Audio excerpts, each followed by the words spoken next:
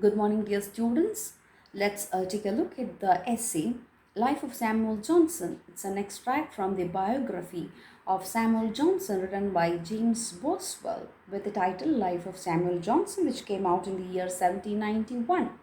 The extract that we are going to learn is about the publication of the famous Dictionary of the English Language published by Samuel Johnson. So there are a few very interesting incidents in Samuel Johnson's life with regard to this publication of this dictionary. So let's take a look at this essay. Turn to page 30 in the textbook reflections. That's a prescribed textbook for you. And one more thing, please listen to the introduction part on Samuel Johnson and James Boswell, the PPT video that I have posted. So please turn to page number 30. So we'll read the essay and it is for detailed study. So please make sure you read the essay once or twice. And the main events that is described in this extract in detail. The dictionary, we may believe, afforded Johnson full occupation this year. As it approached to its conclusion, he probably worked with redoubled vigor as seamen increase their exertion and alacrity when they have a near prospect of their haven. So this particular extract begins with the description of how he worked so hard for 10 long years. Dr. Johnson was working on this dictionary. He was about to publish this without the help of anyone, without the support of any patrons.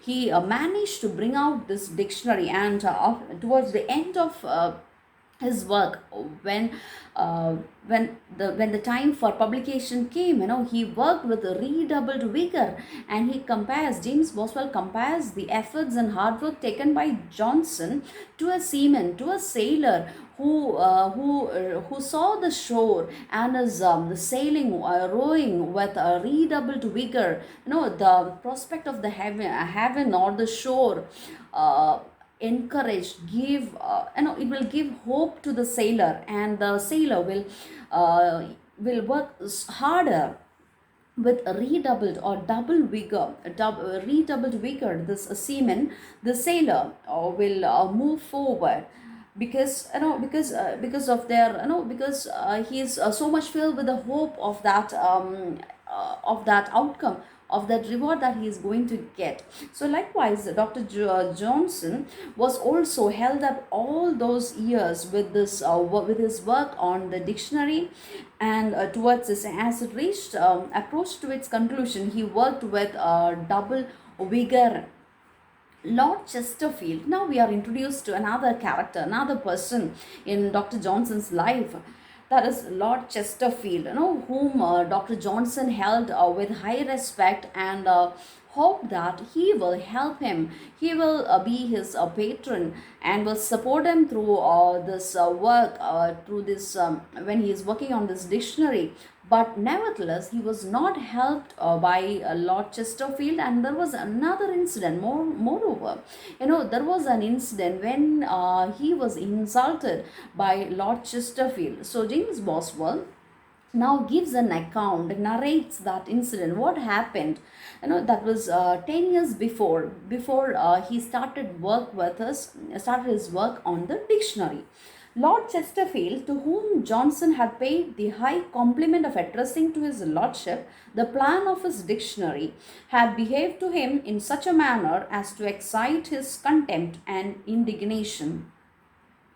The world has been for many years amused with a story confidently told and as confidently repeated with additional circumstances that a sudden disgust was taken by Johnson upon occasion of his having been one day kept long in waiting his lordship's antechamber, for which the reason assigned was that he had company with him, and that at last, when the door opened, out walked Colly, and that Johnson was so violently provoked when he found for whom he had been so long excluded, that he went away in passion and never would return. So this is one incident which throws light to Johnson's character as well as to Lord Chesterfield. So initially the plan of the dictionary was presented to Lord Chesterfield, and he thought that he'll get some help and aid from Lord Chesterfield, and wanted to meet him, and he was made to wait in the antechamber, or the a small waiting room outside a lounge kind of place. So he couldn't meet Lord Chesterfield, and he was made to wait there, saying that Lord Chesterfield is having company, is having another appointment with somebody else, somebody of importance. That is why he is being made to wait. But after long hours of wait, out came another writer, Collie Sipper, and he was enraged. Dr. Johnson was so much provoked seeing the Collie Sipper, another writer, coming out of Lord Chesterfield's room, and he walked away. Johnson walked away without saying anything, and never returned to Lord Chesterfield, and never asked for his help afterwards.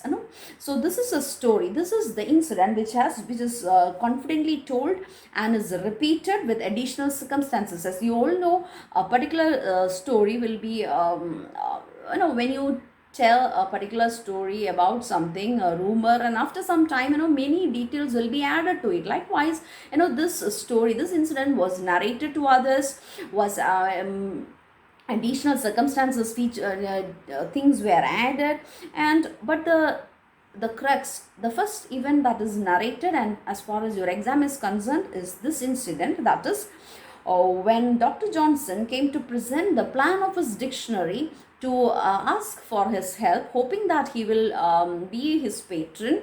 He was made to wait in the ante-chamber, in the small waiting room outside, because there was another person inside the room with Lord Chesterfield, and that was Collie Sibber. And he walked away in passion and never would return. I remember, that is James Boswell is narrating these events. I remember having mentioned this story to George Lord Lyttelton, another politician and as well as a writer, who told me he was very intimate with Lord Chesterfield, and holding it as a well-known truth, defended Lord Chesterfield by saying that Sibber, who had been introduced familiarly by the backstairs, this person, George Lyttelton, was supporting Lord Chesterfield, and was saying that this Collie Sibber was not there for, was there only for a few minutes, less than 10 minutes. Sibber, who had been introduced through the back doors, had probably not there been above 10 minutes.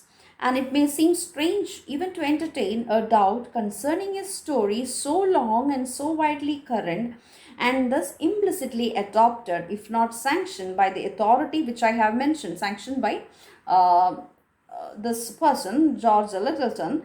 But Johnson himself assured me that there was not the least foundation for it. But Johnson refused this particular incident, said that there is nothing like that. He told me that there never was any particular incident which produced a quarrel between Lord Chesterfield and him, but that his lordship's continued neglect was the reason why he resolved to have no connection with him. And Dr. Johnson, one fine day, made it clear with James Boswell that there was no such incident. Maybe something of that sort might have happened, but Johnson said that it is not about a particular incident, but his continued neglect, Lord Chesterfield's neglect of his work, the plan of his dictionary, that made him that made him resolve to have no connection with Lord Chesterfield. When dictionary was upon the eve of publication towards the end, Lord Chesterfield, who it is said had flattered himself with expectations that Johnson would dedicate the work to him, attempted in a very courtly manner to soothe and insinuate himself with the sage, conscious, as it should seem, of the cold indifference with which he had treated its learned author, and further attempted to conciliate him by writing 2 papers in the World in recommendation of the work, and it must be confessed that they contained some studied compliments, so finely turned that if there had been no previous offense, it is probable that Johnson would have been highly delighted. Praise in general was pleasing to him, but by praise from a man of rank and elegant accomplishments, he was peculiarly gratified. So this is the another incident that is narrated. by James Boswell, which again throws light to the character of Dr. Johnson. So he was, if somebody praised him, he was very much happy. He was elite. He was so much. So he was full of joy for the praise and the compliments received from people of that rank, like that of Lord Chesterfield. But here, when Lord Chesterfield flat, recommended his dictionary, he was not that happy. And the reason, we'll see what happened. So this towards the after 10 long years, when he worked hard, Lord Chesterfield didn't actually helped him. And towards the eve of the publication, this Lord Chesterfield vainly thought that this dictionary, this work, will be dedicated to him. And he flattered Johnson, and he recommended, and he knew that he treated Johnson with cold indifference. And in order to overcome that, or in order to insinuate and soothe Dr. Johnson, Lord Chesterfield wrote two papers recommending this dictionary in the tabloid The World. So next incident is about the recommendation, about the letter that he has, the article that he has written, that Lord Chesterfield has written in recommendation of the dictionary. So he thought that the learned sage Dr. Johnson will dedicate the work of art, this dictionary, to him, and in order to insinuate and to persuade him, to soothe him, and he wrote two papers in the World in recommendation of this dictionary. And it must be confessed that they contain some studied compliment. So it was full of compliments. He was praising the dictionary, he was praising the writer, the sage, Dr. Johnson.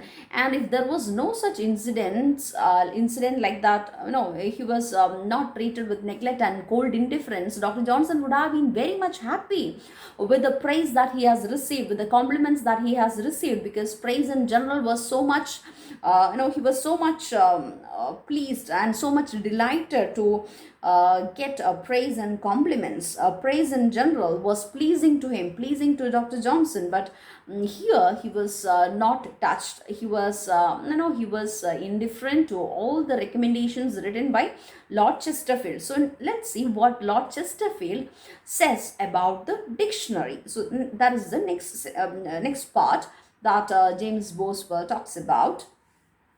His lordship says, I think the public in general, and the Republic of Letters in particular, are greatly obliged to Mr. Johnson for having undertaken and executed so great and desirable a work.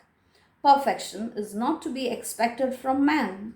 But if we are to judge by the various works of Mr. Johnson already published, we have good reason to believe that he will bring this as near to perfection as anyone could do. So Lord Chesterfield begins by saying that people who like to read, people who are men of letters, and also the general public will be greatly obliged to Dr. Johnson for this, for bringing out this dictionary.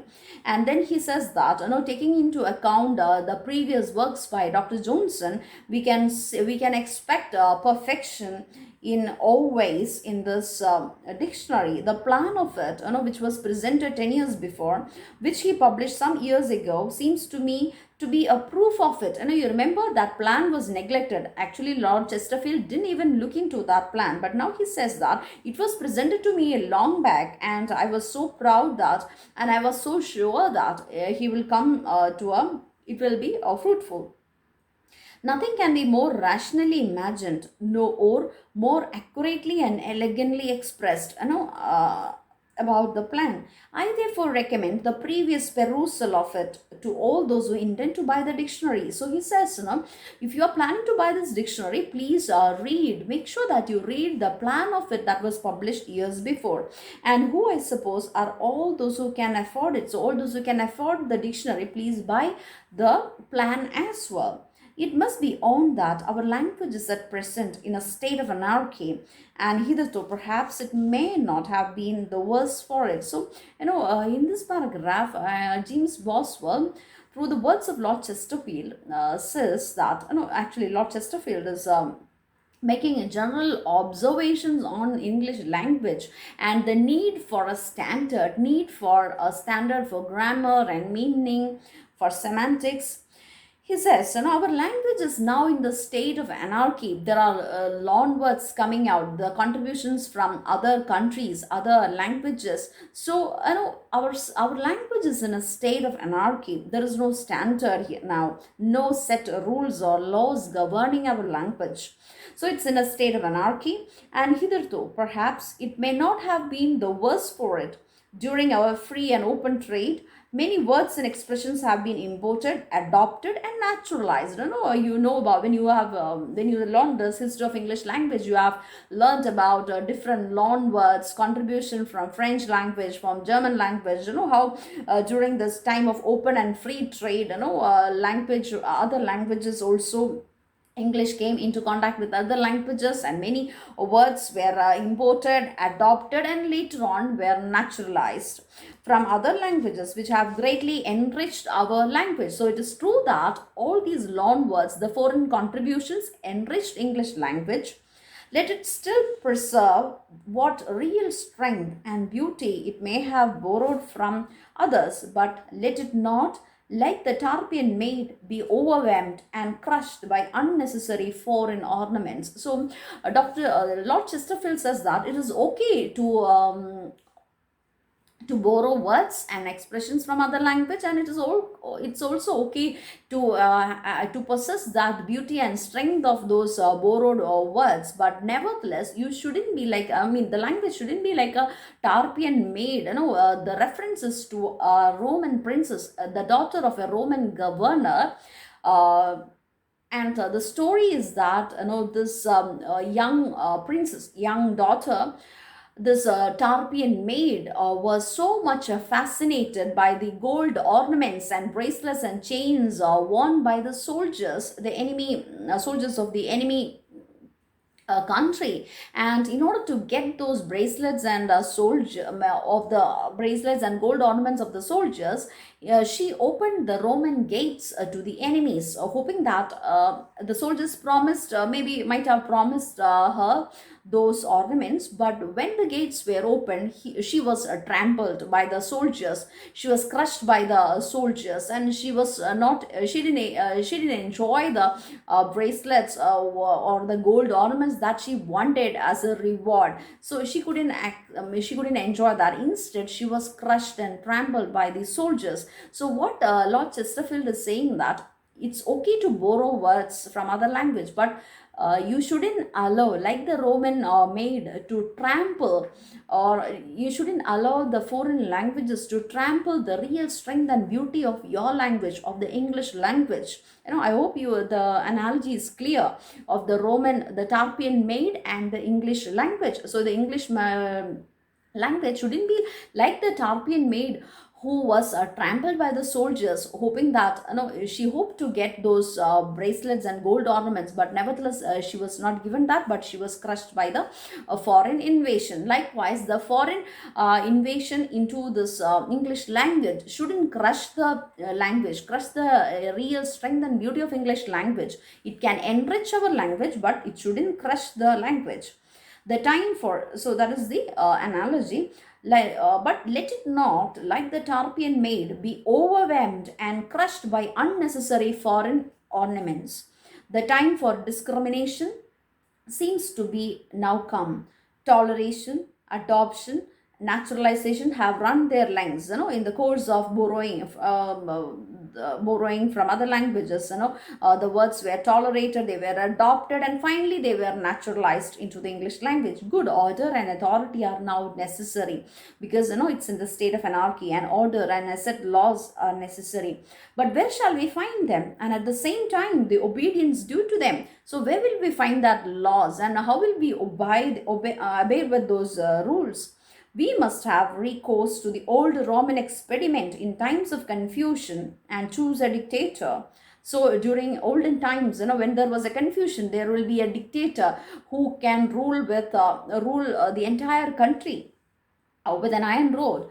Upon this principle, I give my vote for Mr. Johnson to fill that great and arduous post of being a dictator for English language in order to bring in certain laws of a certain standard to for the language, and I vote for Mr. Johnson. And I hereby, he's actually flattering Dr. Johnson and hoping that the dictionary will be dedicated to him.